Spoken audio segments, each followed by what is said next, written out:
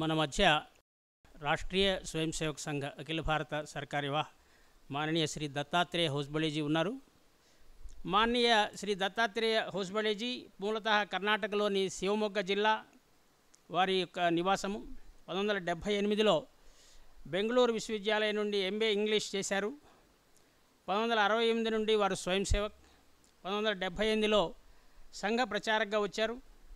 అఖిల భారత విద్యార్థి పరిషత్తులో వివిధ బాధ్యతలు నిర్వహించి 1992 నుండి 2003 వరకు అఖిల భారత సంఘటన కార్యదర్శిగా పనిచేశారు। అనంతరం 6 సంవత్సరాల పాటు అఖిల భారత సహబౌద్ధిక్ ప్రముఖగా వారు పనిచేశారు। 12 సంవత్సరాలు సహ సర్కారీ వాగా వారు బాధ్యతలు నిర్వహించారు। 2021 మార్చి నుండి రాష్ట్రీయ స్వయం సేవక సంఘ సర్కారీ వాహగా వారు బాధ్యతలు నిర్వహిస్తున్నారు। వారి కేంద్రం ఢిల్లీ। దత్తాత్రేయజీని సన్మానించవలసిందిగా హెచ్కే నాగు గారిని కోరుతున్నాను।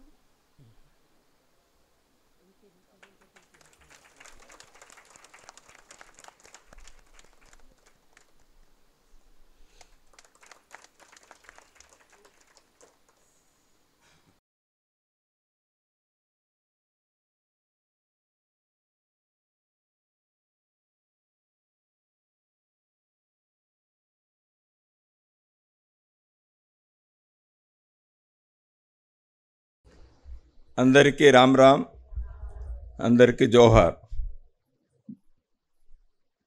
झारखंड में, छत्तीसगढ़ में जनजाति वनवासी क्षेत्र में नमस्कार कहने के लिए जोहार कहते हैं। वनवासी कल्याण आश्रम स्थापना दिनोत्सव शुभ अवसरंलो अंदरिकी शुभाकांक्षलु।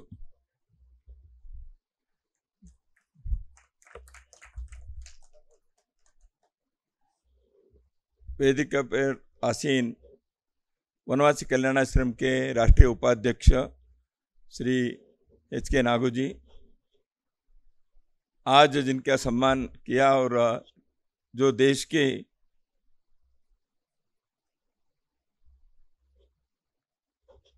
आयुर्वेद और एलोपैथी के क्षेत्र में विशेष योगदान देकर देश की कीर्ति भी बढ़ा रहे हैं और समाज की सेवा में भी निरत हैं, सक्रिय हैं। ऐसे डॉक्टर पद्मजा जी, श्रीमती भगवती जी, मंच पर आसीन शिवराम कृष्ण जी और अन्य बंधुओं, सभागार में उपस्थित सभी श्रद्धेय माता भगिनी, समाज प्रेमी बंधुओं,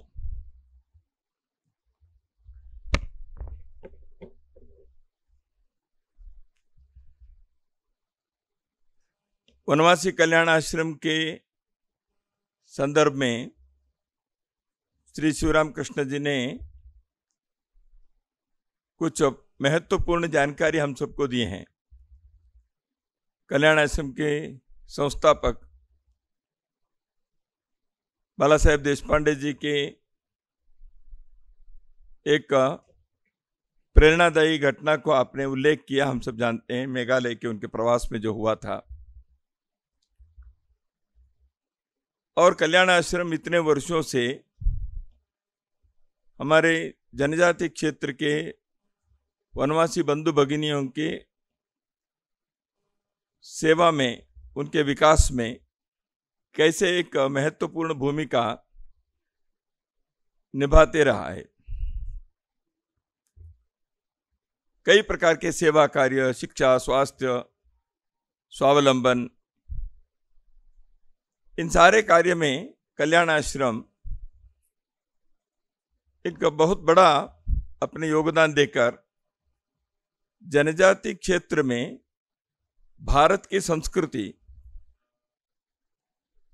जनजाति लोग हिंदू समाज के अभिन्न अंग हैं, हम सब मिलकर भारतवासी हैं, इस कार्य को एक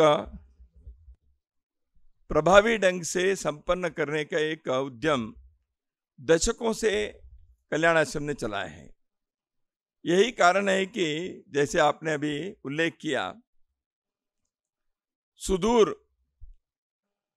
उत्तर पूर्वांचल के क्षेत्र में मेघालय हो, अरुणाचल प्रदेश हो, मणिपुर हो, असम के अथवा झारखंड के हो, छत्तीसगढ़ के हो, और दक्षिण भारत के तेलंगाना, आंध्र, तमिलनाडु या पश्चिम के गुजरात, महाराष्ट्र और राजस्थान में जो अपने समाज के वनांचल के जो समाज है, समूह हैं, उन सबको एक मंच पर लाने का सराहनीय कार्य कल्याण आश्रम ने किया है।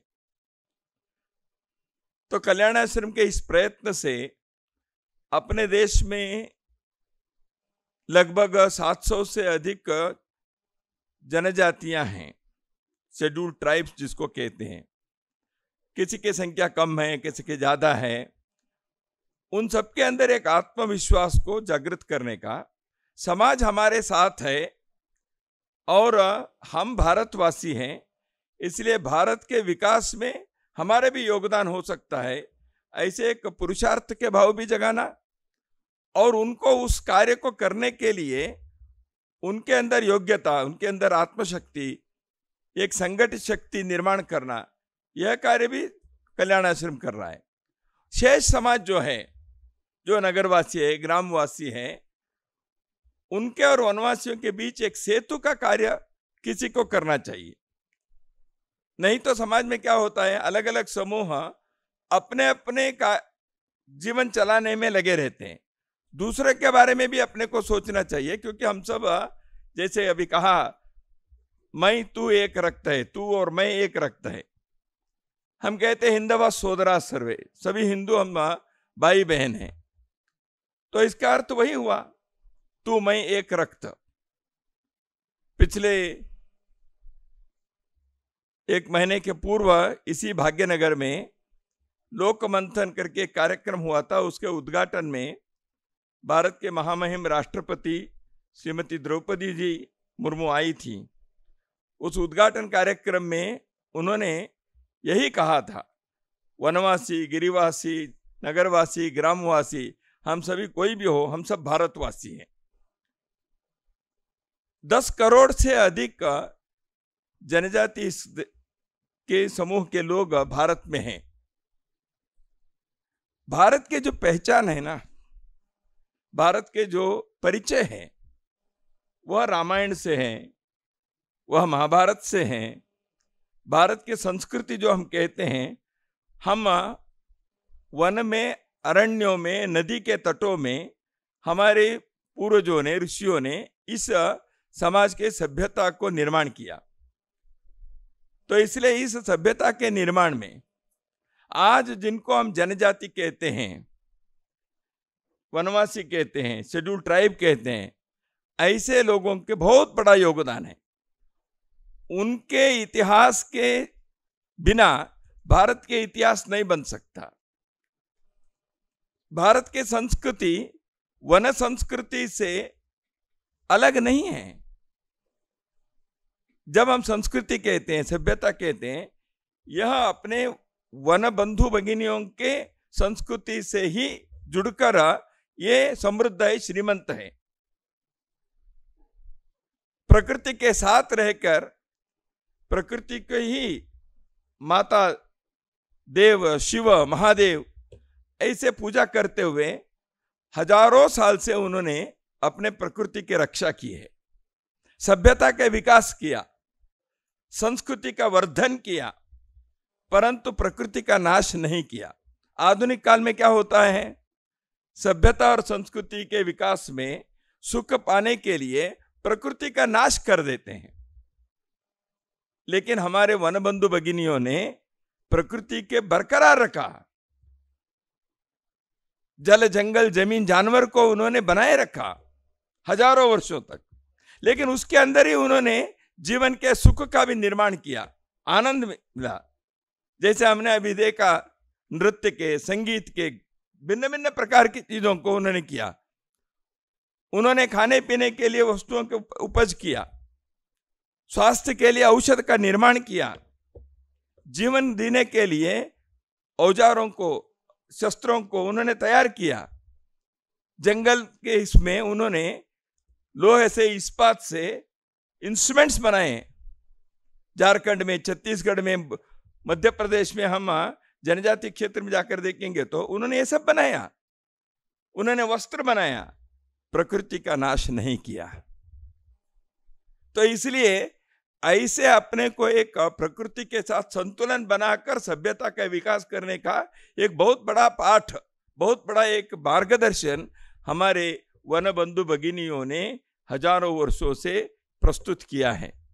इसलिए अपने को, बाकी समाज को वन समाज के साथ न केवल जीना है, उनके प्रति कृतज्ञता व्यक्त करनी है। वन के बिना, वन जीवन के बिना भारत के जीवन संभव नहीं है। नगर में, ग्राम में रहने वाले लोगों को वन के उपज से ही हम अपने जीवन चलाते हैं। ये लकड़ियां, ये बहुत सारी चीजों को जो लेते हैं वन से ले रहे हैं। तो वन से लेते हैं, ये तो अपने अधिकार बन जाता है, लेकिन वन में जो रहने वाले हैं उनके प्रति अपने सेवा करने के भाव, ये हमारा कर्तव्य भी बनना चाहिए। कल्याण आश्रम यही कहता है। इसलिए जैसे बताया ना, वन समाज के अस्तित्व, अस्मिता और विकास, इन 3 विषयों को लेकर कल्याण आश्रम का कार्य चला है। एक है उनके अस्तित्व। बड़े बड़े बांध बना देते हैं तो विस्थापित हो जाते हैं, डिस्प्लेस हो जाते हैं, ठीक है, आवश्यक है, लेकिन उनके अस्तित्व के बारे में, existence of our tribal brothers and sisters, यह आवश्यक है। इसलिए अस्तित्व के लिए एक आग्रह होना चाहिए।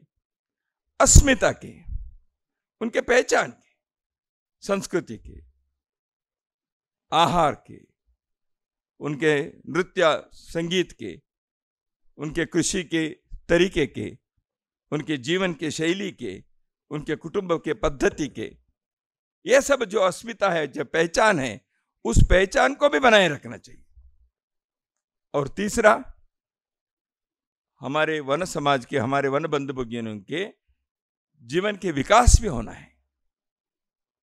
तो इसलिए अस्मिता, अस्तित्व और विकास, इन तीनों दिशा में वनवासी कल्याण आश्रम भारत के करोड़ों करोड़ों अपने भारत के अविभाज्य अंग वन समाज के बीच काम करते हुए एक उनके सेवा भी कर रहे हैं, और भारत के प्रगति में, भारत के विकास में वन समाज के भी एक बड़ा योगदान, उसको भी सुनिश्चित किया है। हर एक को, भारत में जन्म लेने वालों को भारत की सेवा भी करनी है। इसलिए ऐसे सेवा करने के लिए उनको सशक्त बनाना है, उनको जागृत करना है, उनको संगठित करना है। इसी कार्य में वनवासी कल्याण आश्रम का एक उसके तपस्या चल रही है, साधना चल रही है। उस साधना में हम बाकी ग्रामवासी, नगरवासी, शहरवासी लोग इससे जुड़कर हमारे वन बंधु भगिनियों के जीवन में खुशहाली लाए। हम सब एक हैं, तू मैं एक रक्त, यह सार्थक हो।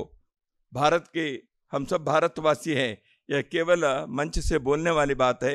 हृदय में अंकित करते हुए जीवन में उस दिशा में चलने के लिए हम भी कुछ कर सकते हैं।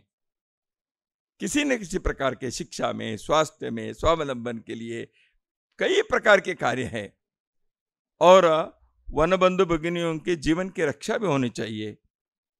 बहुत सारी चुनौतियों से वो त्रस्त हैं।